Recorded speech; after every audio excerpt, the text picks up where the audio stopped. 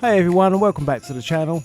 Today I wanted to put a quick vid together to answer some very commonly asked questions by villagers and newcomers. And if you're an experienced villager that has something to add that I didn't mention within the video, please hit the comments below and share your top tips too. One thing I cannot stress enough is that no question is a silly one if you don't know the answer. And even with the answers in this video, you'll still probably make some mistakes or decisions you'll regret. Hey, every single tip I've included here is told from the benefit of hindsight. I've made every single mistake going, and I'm pretty sure I will again, especially number 3 on the list, and probably number 9 too. I'm not great at taking my own advice, it seems, but ultimately, that's why these are tips and not rules. You can take them or leave them, but if just one or two stick with you, it is worth the 7 or 8 minutes of your time invested in watching this video. The fundamental reason I try to buy and store where I can is due to the fragility of these pieces. And you would think that an item you've paid $150 for would be pretty robust, and for the most part they are. But they are also manufactured in China, shipped halfway around the world, unloaded from one factory to another, then sent to another distribution centre, and possibly another one after that, before falling into the hands of yet another delivery agent. They go for a lot before they get to be our treasured possessions wrapped in cotton wool and revered. Checking in store or taking a few batteries with you so you can check in the parking lot can save you a lot of heartache. If you order online, then you have to hope that your village piece survives one more journey, and if it doesn't work or there's another type of defect like upside down labels, yes, this sort of thing really does happen, you can remedy it there and then. My wife, God love her, flatly refuses to buy any more village items for me as a gift for Christmas or birthdays, as they all arrived faulty in the past. Some will say it's just bad luck, but she's 7 for 7. 7 ordered, 7 defective. So I can't really blame her for washing her hands of it completely. Some Facebook groups completely ban the advertising and selling of items because there are sadly so many scammers out there that treat villagers as a source of an interest-free payday loan service, or even worse, steal your money by advertising items they don't have and try to get you to pay by a method that will not allow you to get your money back. Those pages on Facebook that do sanction sales are pretty good now at ensuring that only trusted people can sell on their sites, and they take measures to weed out those that are dishonest, whether it's the admins that call it out or those that are shopping on there that want to continue to do so. For some items, marketplaces like eBay would be the only way you can get a retired building. You won't find one at your local Michaels or garden centre unless you're extremely lucky that they have some old stock. But here are some ways that you can be more vigilant so you will not fall foul to those trying to cheat you. Only pay for goods that allow a protected payment method such as PayPal. Always select goods and services when using PayPal to be eligible for buyer protection. If you select friends and family, the supposed seller will save money by not having to pay transaction fees, and sometimes they will offer you a discount if you choose the friends and family, but you will do so at completely your own risk. PayPal will not support you in a claim if your goods do not arrive, so whilst you may save 5%, 100% of nothing you may receive is just not worth the risk. Only buy from sellers that have posted a picture of the seller's name and date visible in the picture. Sometimes this is just handwritten on a piece of paper and next to the item, but it shows that the seller has the goods in hand and is not a picture they have copied from an old post or obtained from eBay. Be very wary of claims the item is cross-posted on another site and the seller claims to have screenshot the original ad on eBay instead of listing it properly on the marketplace. This is the laziest way a scammer will try and cheat you, and if they claim they didn't have the time or they couldn't be bothered to relist it correctly, they probably would be just as unbothered to ensure they package the item safely to be delivered to you. Trading items like a swap shop runs its own risks. While no money is exchanged, you risk losing what you have. If you are trading something for an equal value, I would always recommend agreeing with the other tradee to deposit the same amount of money via PayPal so you both have some kind of backup. Say you both have an item valued at £80. They send you £80 for your item and you send them £80 for their item. Once you have got your money, you can send the items knowing that you both have buyer protection, and for the sake of a couple of dollars that PayPal charge is a transaction fee, you're covered. If you're unsure and have a gut reaction that something isn't right, walk away. For some unknown reason, us humans do a pretty good job of having a sixth sense at smelling a rat. Never allow yourself to be pressured into a sale or a trade. If you're meeting in person, please be safe. However unlikely it is that you're going to be robbed for your Chuckles Funhouse in the middle of a parking lot of McDonald's, you can never be too sure. take a friend, meet inside somewhere busy during the day, do all the things you would tell your kids to do if they were meeting a stranger that they had just met online. And if the other party objects to this, walk away. Is it really that unreasonable to not meet a stranger in the middle of nowhere in the dark?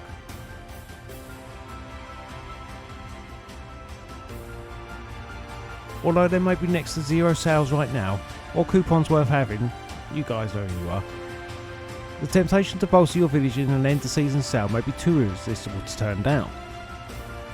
If you go into a store and everything is 50% off, it's natural to think bargain and overload the shopping cart, or in a flash sale online where you can see the stock numbers dwindling, it forces you to panic buy, only to realise that you didn't need the things you got, and you actually spent way more than you would have done if you had just got that one piece that you really wanted before there was a sale.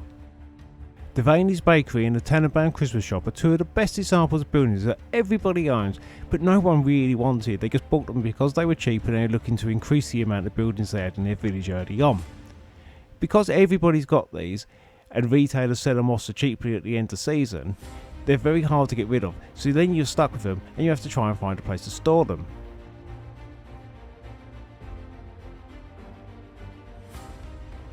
If you're living in Middle America in your Cape Cod or colonial house with its 3 living rooms, 5 bedrooms, 2-storey double garage, storing your village may not be a big problem.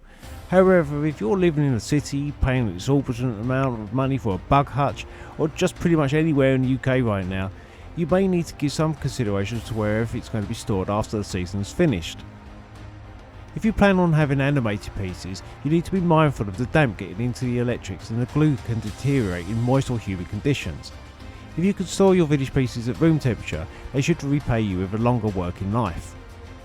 If storing them in a loft or attic is your only option, purchasing extra silicone sachets may be advisable to help suck up the moisture, and place all your items into a plastic storage box rather than cardboard boxes. Heat can be just as bad for your electronics as the damp, so consider moving your boxes into cooler areas in the summer, and if you have no other choice but to use your attic, you may want to insulate it first before spending thousands on your village. Loft insulation stops rising heat in its tracks. This turns your attic into a shield between your warm home and the cold world outside, and it works in the opposite way around in the summer, but it has more of an effect on the rooms in your house rather than the loft, and to better moderate the temperature of your loft, you would also need to insulate the rafters. Another option would be a storage unit, and although the prices differ greatly, for one the size of a small shed, you could expect to pay around £90 per month on a long-term deal. But at that rate, I think you would rather invest the money into the property and go the insulation route, or leave them up all year round. That works for me.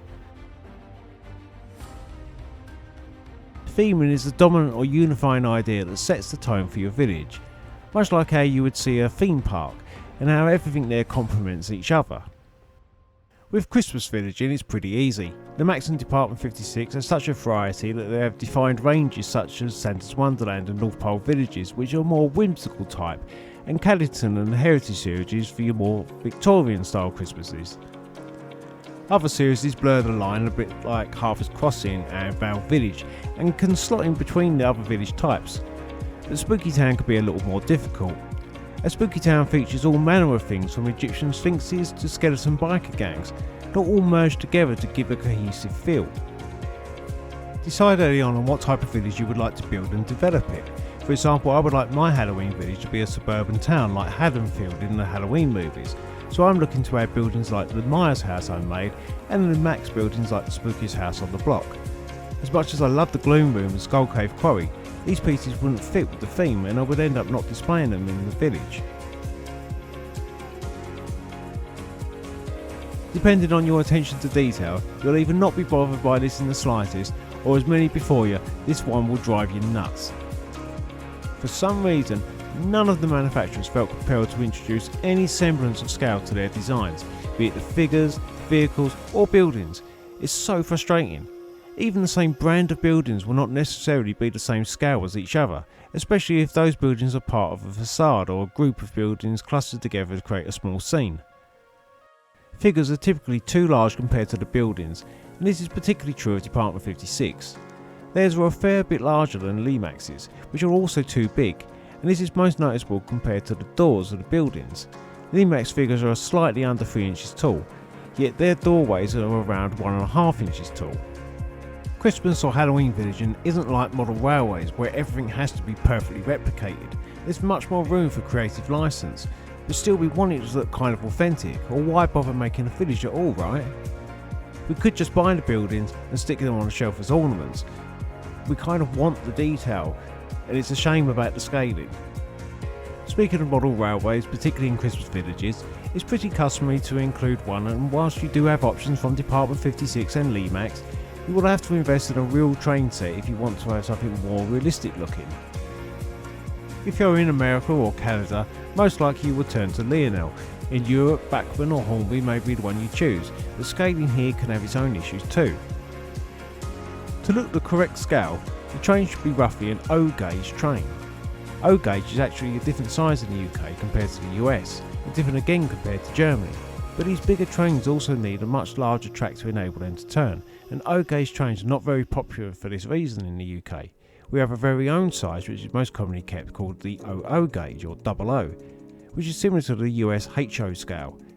But these do look small compared to the size of the buildings and the figures.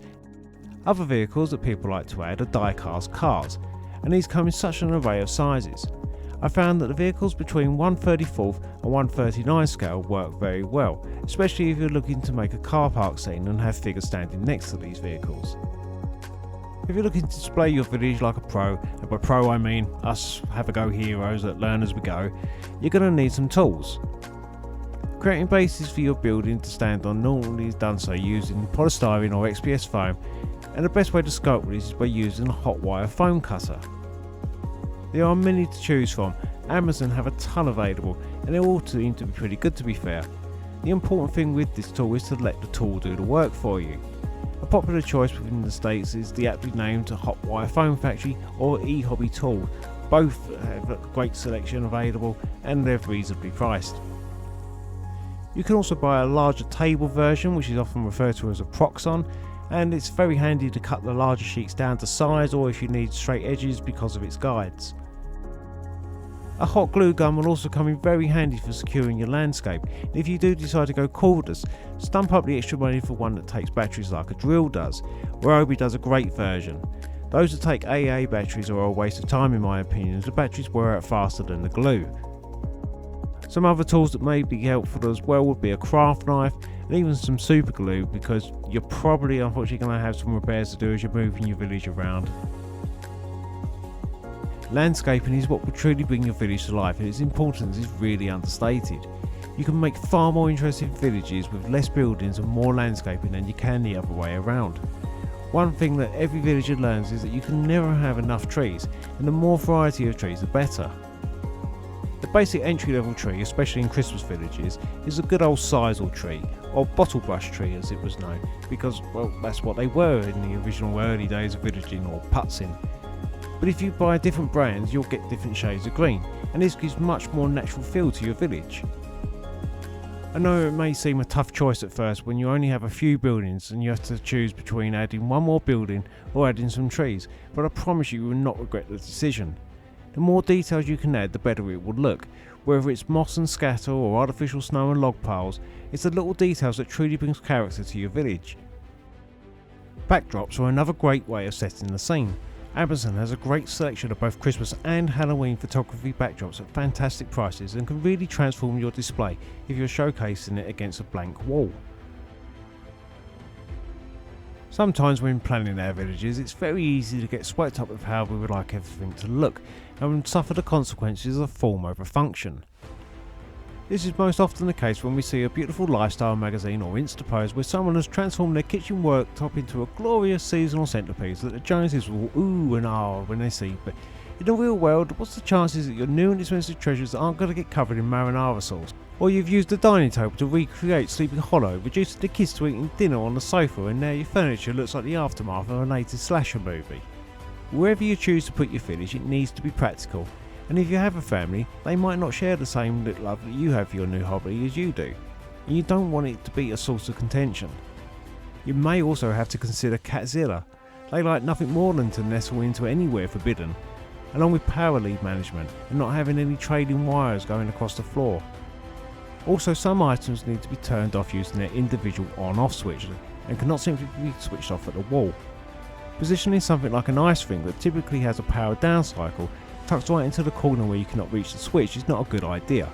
Be sure to check the instructions of all your pieces and know which items need to be switched off at the source to ensure that when playing your village that you put these pieces within easy reach.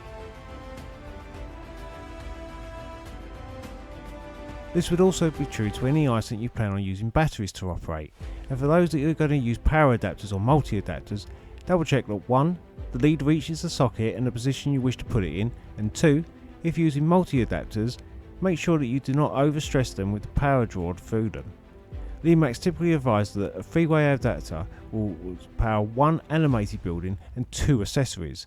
They are not intended to power 3 animated buildings, and these buildings generally come with an adapter, and if they do, it would be wise to use the included adapter to be on the safe side. If you are able to plan ahead for what you're going to put in your village, you may benefit from being able to buy some items out of season ready for next year, taking advantage of big end of line sales or being able to effectively budget for the new items that you want to add when the latest range is released.